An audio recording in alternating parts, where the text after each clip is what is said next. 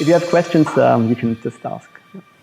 This camera is just normal camera, It's just normal industrial high-speed cameras. We are no hardware programmers or developers, and we're using just the best camera systems available on the market.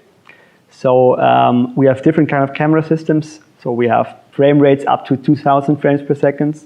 Normally they will come with 100, and we can reduce resolution and so on. But it's just normal industrial high-speed camera you will get like within many factories. For getting out 3D information, you need at least 4 cameras to do that, because you have to get, from each perspective, you have to get a very good view of your body's movement.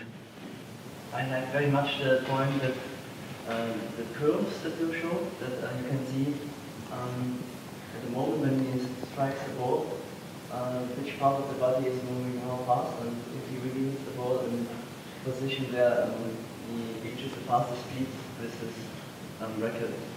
In practice, I often feel like he's accelerating later, too late or too early. Okay. But it's so fast you cannot be sure.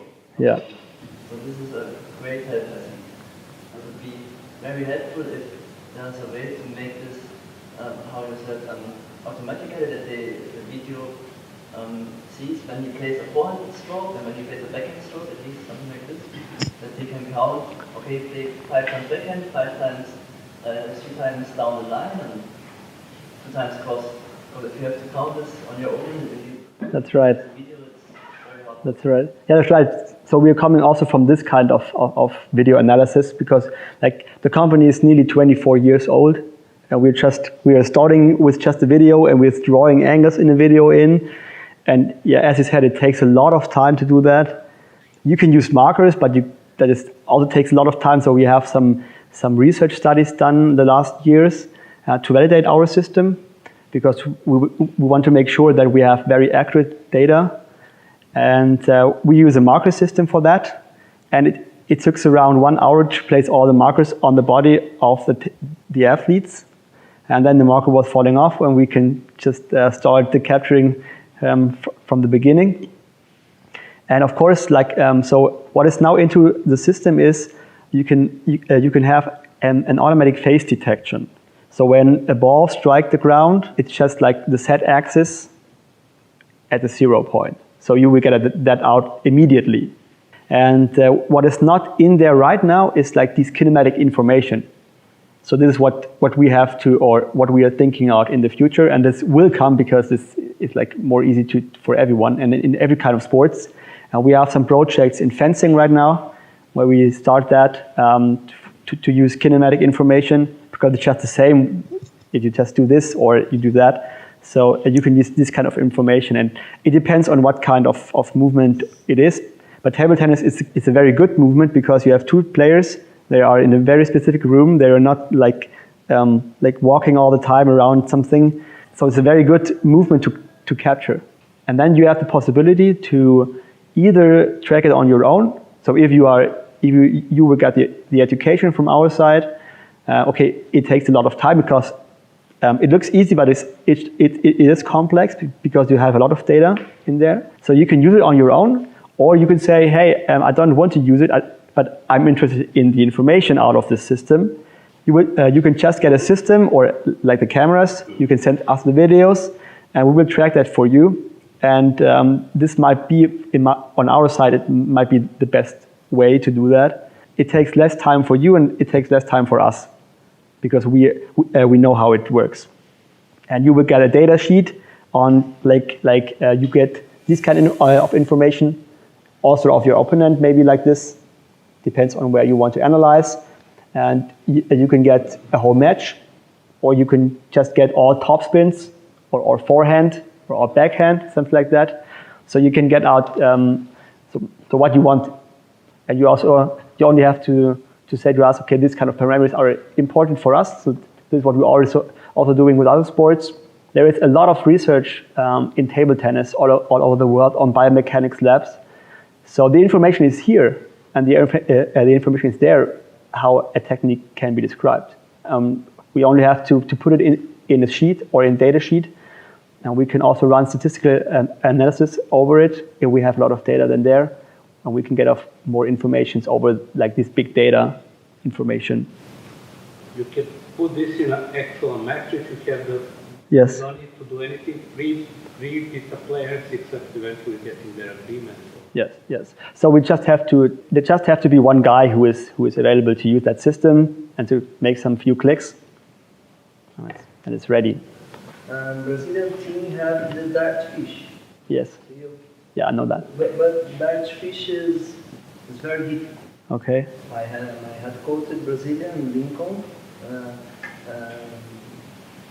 to be responsibly for this, but needed very time. Okay. Yeah. No practice. No yes. Easy. Yeah.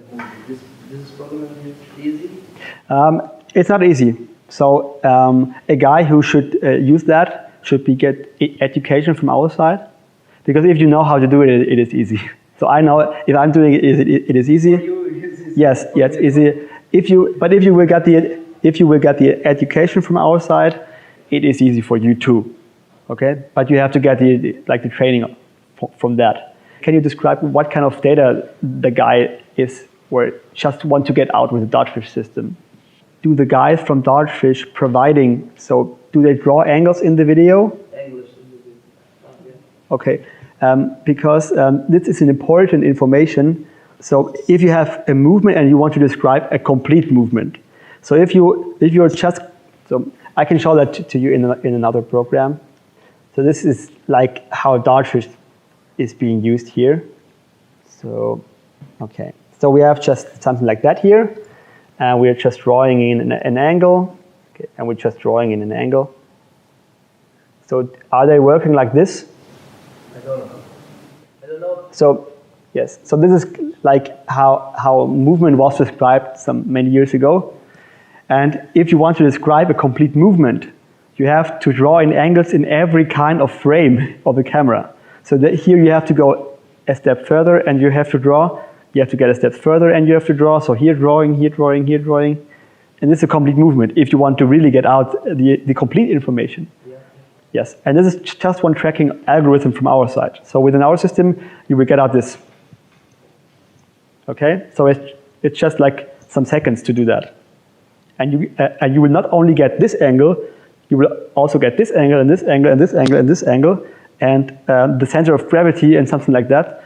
And if we have the information of what is important for you, so do you want to know, like, this is a typical information a trainer could use to optimize a performance, because here you know which kind of extremity is too weak, or the acceleration is too slow. And I can also get out the angle here. So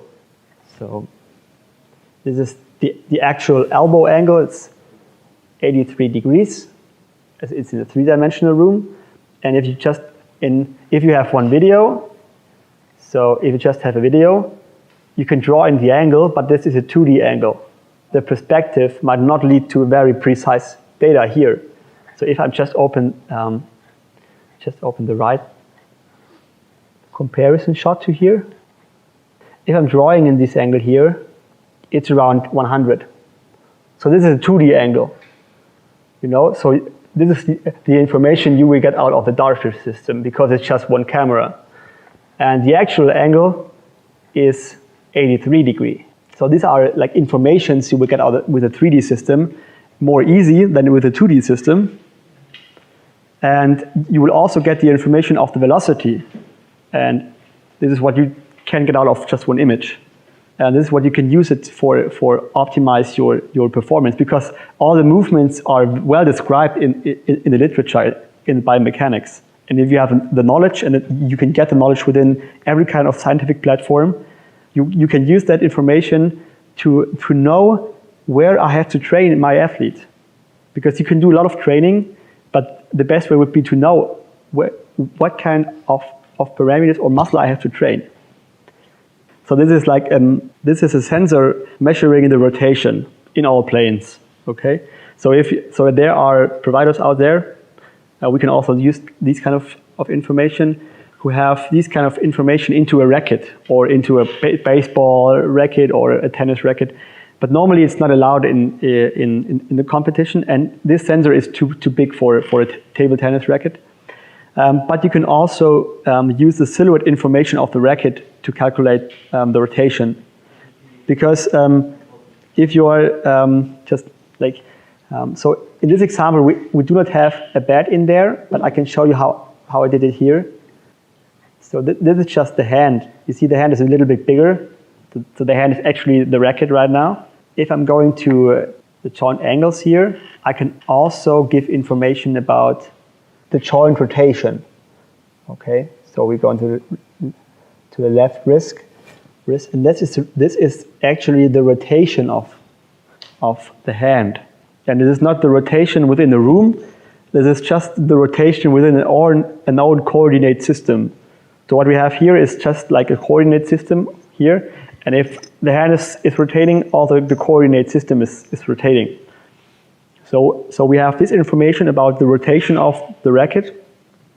And if we have the movement of the ball, we can calculate the angle the ball touches the racket. This is what we could analyze there. You're using that information and you're just analyzing like 30 shots, and you're just looking at how constant is he playing, or is he doing some failures in there, and then you can analyze it within training, and then you can do it like within an own competition somewhere in your training facility, and you can also look like, can the player provide that specific technique also in the competition against like a colleague or something like that. For cameras during your competition? I'm just going here. So the cameras have to be placed just like from all sides, okay? And the best way would be to have 8 cameras, because 8 cameras can give you more information, and it costs not so much. So you have 8 cameras all over in the corners, all over the body.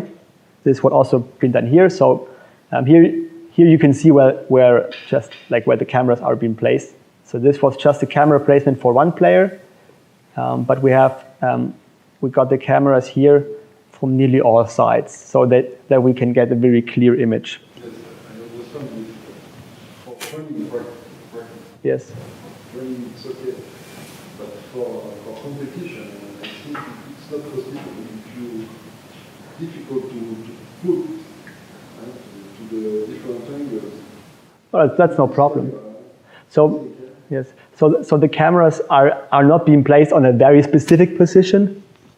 So like not from exactly behind or something like that.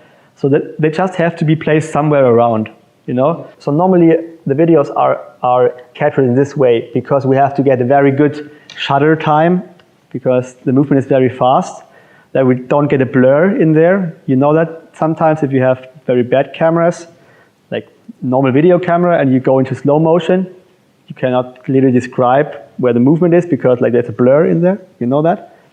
So this is why we're capturing like this, and we have different solutions here, just to like use image processing types, like within Photoshop, to get a good contrast or to make the image brighter. I'm asking here. What do you mean? Because the camera there looks like it's producing some light, and that would not be allowed on our. So yeah, the cameras do not need lights. Okay, that's what. Okay, they do not need lights. It's just a normal video, high-speed video camera we're using, and you have to put them somewhere. So in a room, like just somewhere around. It depends not on specific angles, something like that. So you have a lot of possibilities to use that. Does it take 100 lux enough? Yes. Take 1,000, like 100 enough. Yeah, because you have many different possibilities to with image processing to get a very good image. And we're also running studies on where the cameras should be positioned if you're using less than 8 cameras. And there are some like good positions where you have to use that. So we know where we have to put the cameras, and we will also give advice on where we have to, or where you have to get the cameras for very good results.